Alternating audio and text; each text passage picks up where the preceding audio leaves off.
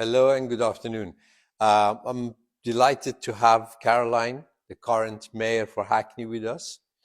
Uh, this is the third interview we're conducting, and is our little contribution to ensure people take an active part in the election. And we want them to have a better sense of what is at stake and what each party represents and what they hope to achieve. And uh, on that note, I'd like to start with something easy.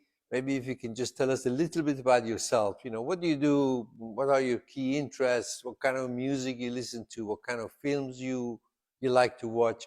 And then we take it from there. Would that be okay? That sounds lovely, yeah.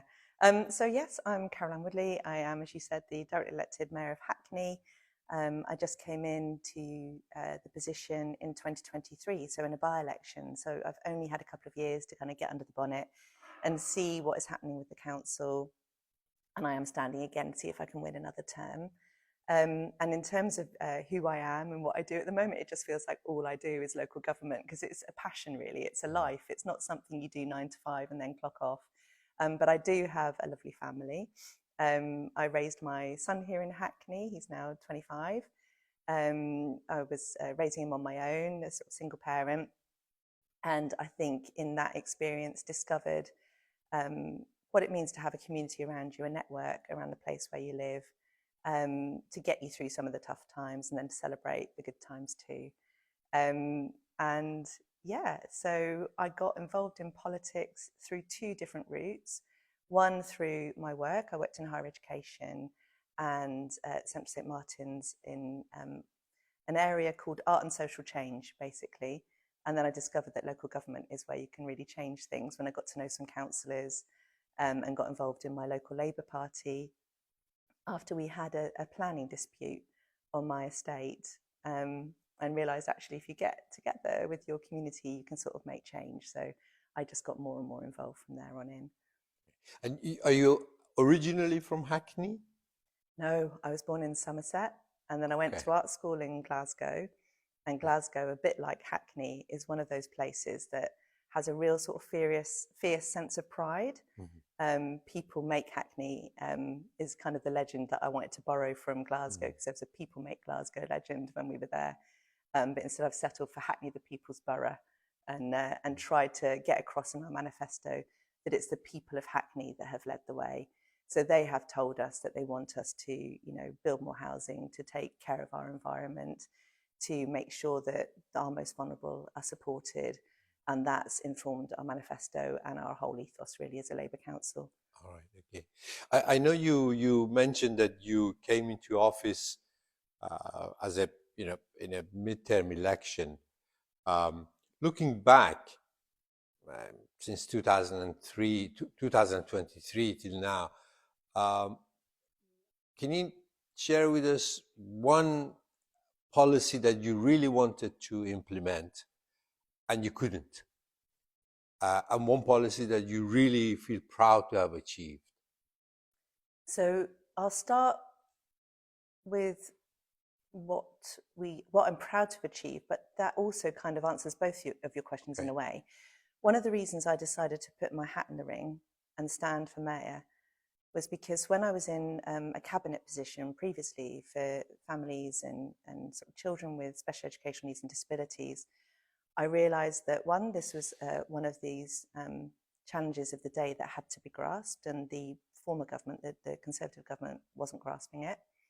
And 2, that generally once you get to a position of mayor or MP, that it's quite unusual to find people that are holding up that issue for attention. And I thought, oh goodness, if I become mayor, I could, really push for that. So I've done that in a couple of ways. One, through honouring our manifesto commitment to create 300 places for children with special educational needs, whether that's in special school or in additional resource provision, or sort of, as a unit for children with additional needs. But also through being a London leader and being part of London councils, I took on a position, a sort of shadow executive position for children and young people. So I was also able to raise the platform at London level as well. which was really exciting. That wasn't something I've been able to do as a cabinet member. And I guess the thing that I'm frustrated that I haven't done is that we haven't quite got to 300 yet in that administration, but we have a commitment to build 2 new special schools as part of this manifesto, and that means we will exceed the 300.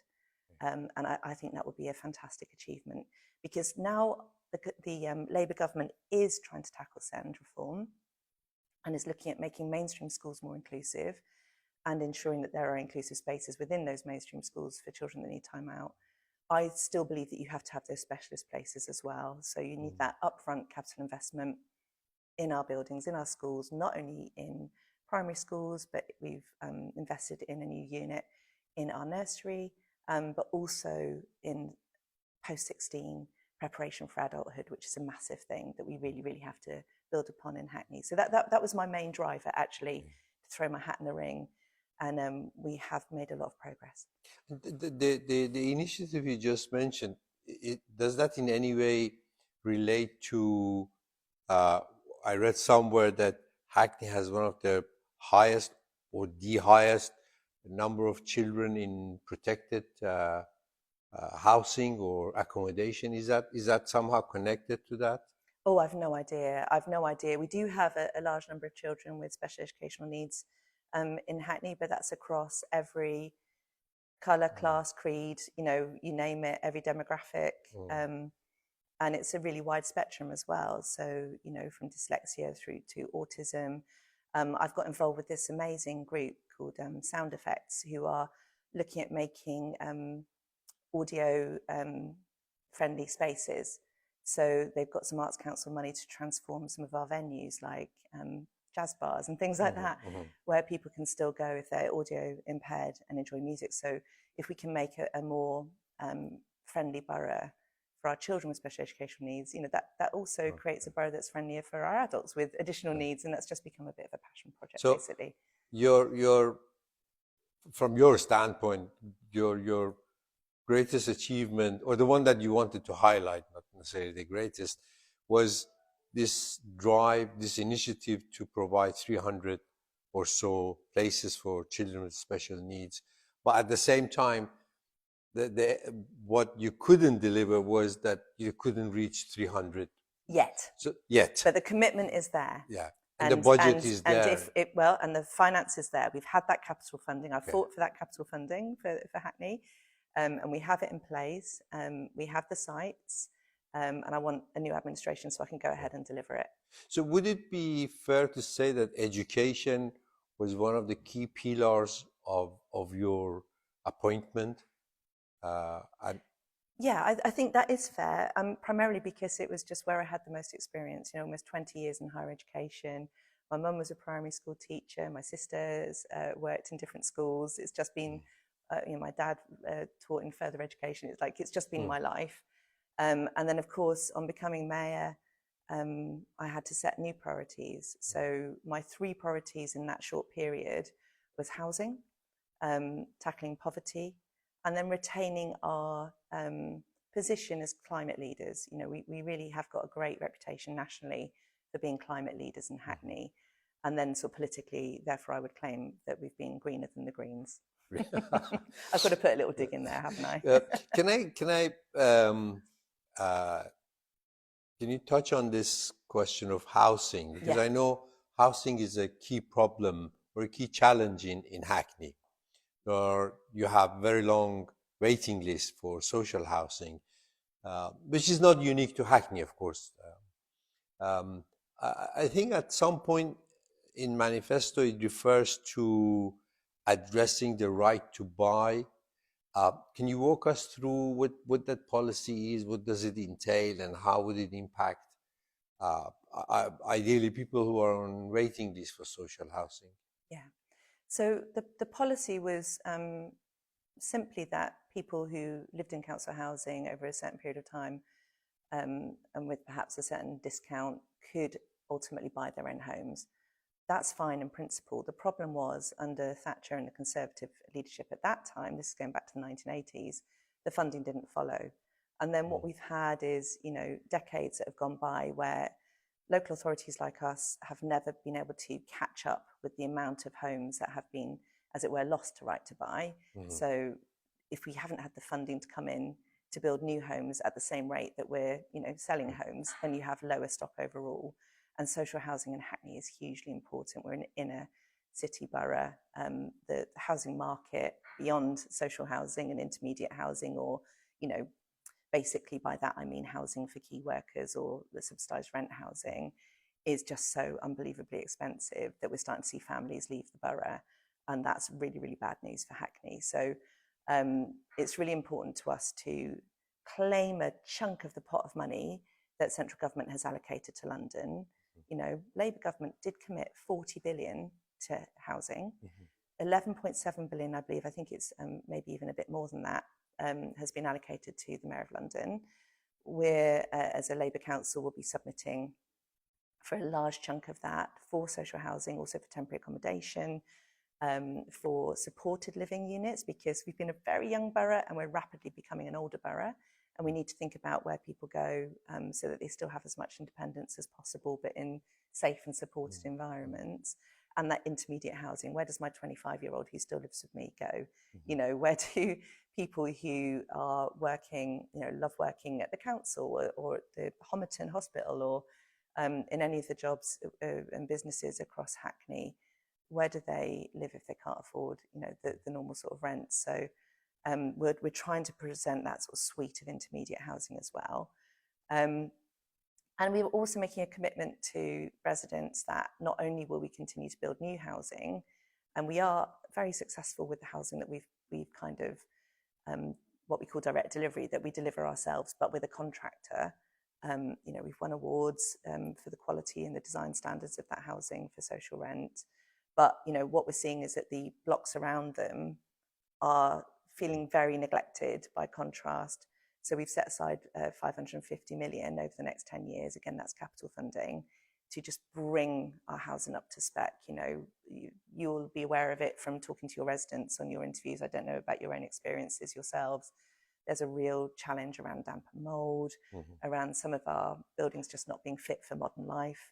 There are so many people who want to live in Hackney that you get a lot of overcrowding, which again starts that cycle of, it being difficult to keep the stock to the condition that you need in place. So we're already on a lift replacement programme, replacing front doors, looking at ventilation, thinking about accessibility. We do need people to be able to move into these homes and to be able to stay in them, kind of future-proofing in a way, and create places that are places that you can feel proud to live in and see as your lifelong homes. I mean, from where we are now, I just want to be able to visualize it in my mind in terms of timeline and with the resources that are going to be available to you. And chunks of that you may be able to get, chunks of that you may not. But in terms of timeline from where we are now, and we have a certain number of people waiting for social housing, and you have developments where is a mix of private-public partnership, where I think 20-80% is the ratio or thereabout.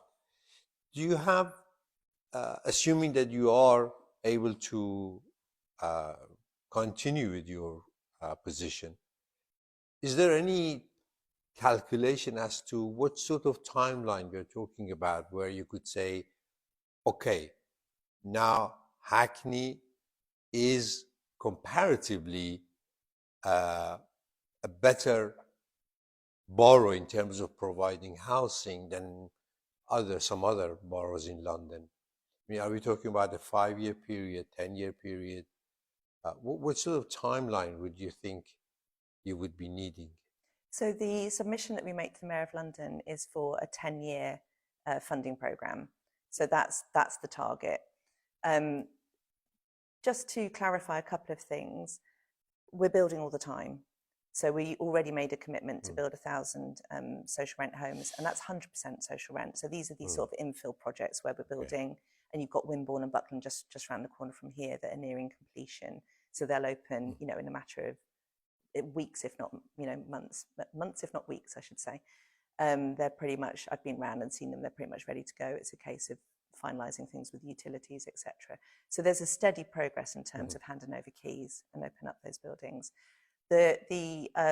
Some of the partnerships that we've got in train are still at the 35% model, which is what we had previously, or 50% if you include shared ownership. So we are not currently in Hackney doing any 80-20%, which I know is what the new sort of proposal is from central government. And the reason they put that forward is for those boroughs that, unlike Hackney, are struggling to move their housing projects forward and just try and make it a bit easier, remove some of the planning restrictions.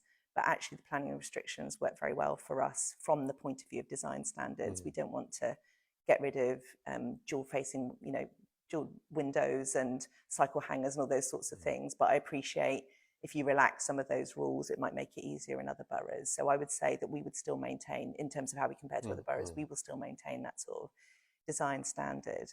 In terms of how we can accelerate it so that within those 10 years, you really are squashing down that great waiting list and giving people who are currently overcrowded more space.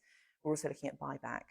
So we want to be able to buy back homes, perhaps homes that were initially bought through right to buy. Which is very similar to what the Greens are saying, right? That buyback scheme. Yeah. Well, we've both observed that it's happening in Hackney, but also even faster in some neighbouring boroughs. So we're looking and learning at what's going on all the time. And what sort of numbers do you think this buyback scheme will inject into the housing stock? So it depends on whether we get the funding, obviously. But for example, 2,000 over that 10-year period would be the bare minimum. I think we could probably do more. And then that again in terms of social housing and more again for rent control buildings, that key worker housing that I was talking about. I see. Great. In terms of, I know often the local elections clearly have a local flavor, but invariably the local flavors are impacted or can be impacted by national and international positions of the parties that are competing for the local elections. How do you balance that equilibrium in terms of when you go to residents and you want to tell them about your own achievements as a Labour Party in Hackney, but you're faced with questions about the Labour Party's, or any party's, national or international positions. How do you establish that equilibrium? Do you bring those national, international dimension into the local politics or try to stay away from it? So the national constantly comes up on the door. So obviously we're having those conversations. It's really important to point out to people who aren't aware necessarily of some of the good stuff we've done because they're not feeling it or seeing it. It's not changing things in their pockets yet. But it was a really, really massive thing for us, I think, to lift the 2-child benefit cap, that we've lifted national living wage, national minimum wage. We've brought in Renters' Rights Act, Employment Rights Act. I mean, none of that under the Conservatives. This is massive, but it's taken till now. It's only just kind of come through all the different readings in Parliament and all those different stages. And so for the local elections, I'm just not sure how many people really understand that progress has been made. And that's, disappointing that we've not managed to communicate that. On the other hand, some people are aware and they are sort of really pleased about it, but they've got other concerns.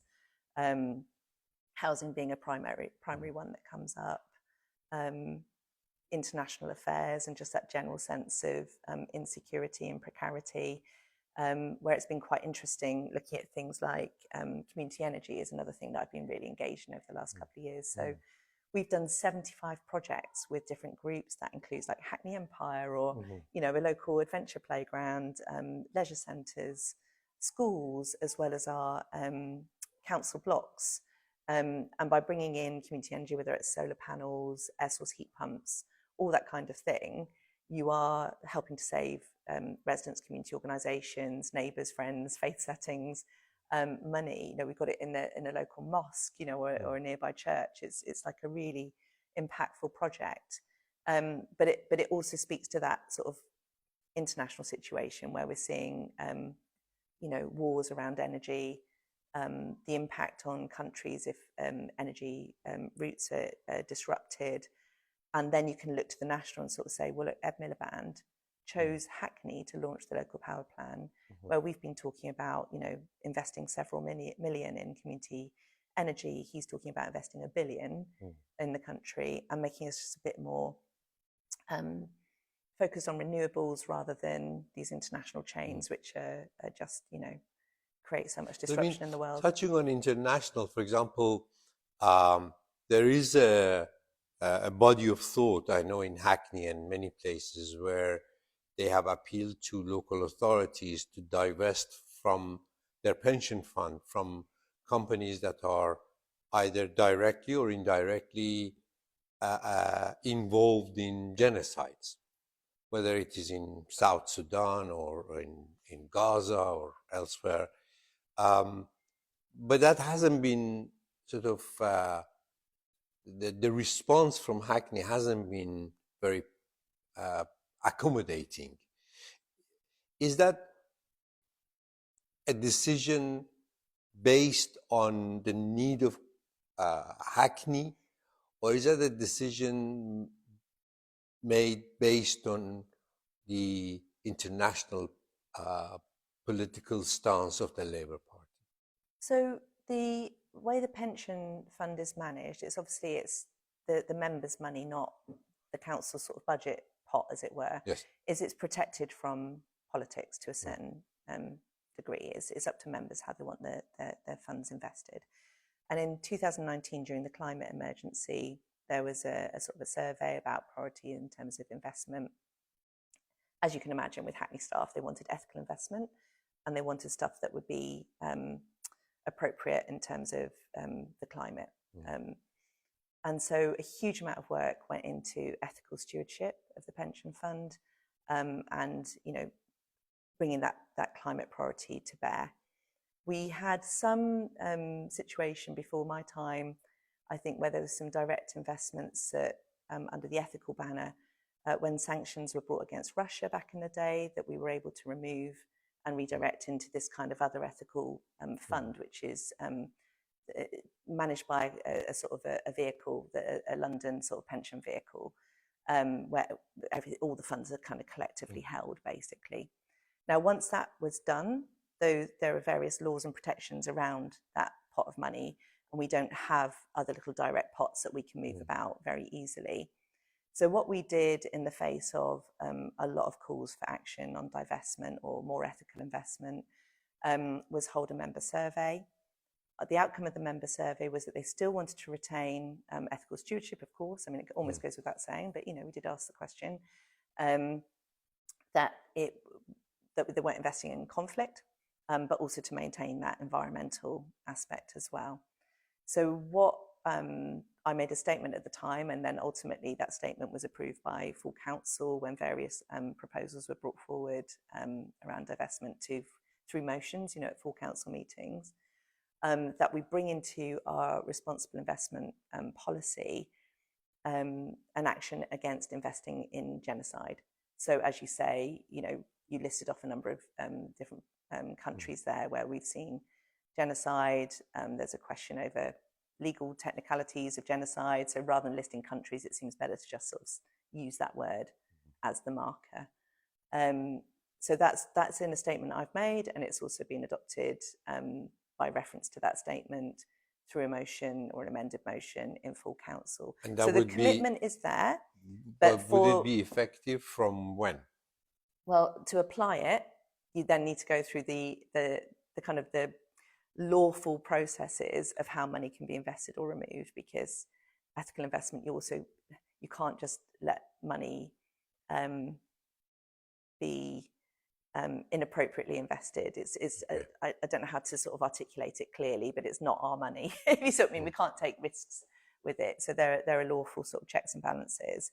So what the London Collective investment vehicle is now looking to do is just to reset the whole investment process. And they're creating various pillars of how to invest. And I imagine that we will go for the most ethical and in keeping with the statements that I've made, or whatever the new mayor makes, whether it be me or another candidate who succeeds as mayor. Would they be able to change that? If, let's say, for the sake of argument, another party comes into power, would they have the power to alter a decision like that that has already been made? So I think all the London leaders can feed into the design of these new pillars for the investment vehicle, and just say whether they think it's kind of going to meet the requirements of our pension holders. But how much flex there will be, it's hard to say. I'm conscious of the time, and I know you have a very busy schedule. So one final question. I'm a local resident myself. So if I come to you and say, just give me 2 reasons why I should vote for Labour, what would those be? I think we have done a good job locally. There are things we have to improve. We really have to improve the condition of our housing stock, and we really have to look after our most vulnerable and make sure that we're there for everybody. But I would say the main thing is to remember that, like, to have that opportunity of a Labour mayor getting in the room with the Labour Mayor of London, or at the table with the Labour government, with ministers, you have far more influence. There's only so far you can go with protest and pushing. And, actually, when I got the opportunity to sit at the Child Poverty Task Force, I was able to make the case for lifting the 2-child benefit cap. When I sat down with London leaders over some of the international affairs, I was able to say we should recognise the state of Palestine. I'm in the room. And to be a direct elected mayor, there's only 5 of us, I think, in London.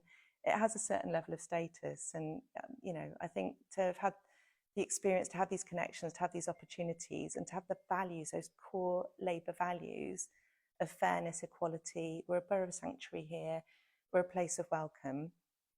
It's really important to have somebody who holds those values taking the case for Hackney residents to the people with the real power. Thank you so much, Caroline. It was a pleasure to speak to you. Thank you for giving us your time, and I hope the listeners will pay close attention to all the interviews that we've had, and make a sound decision, and most important of all, to vote, to go out and vote.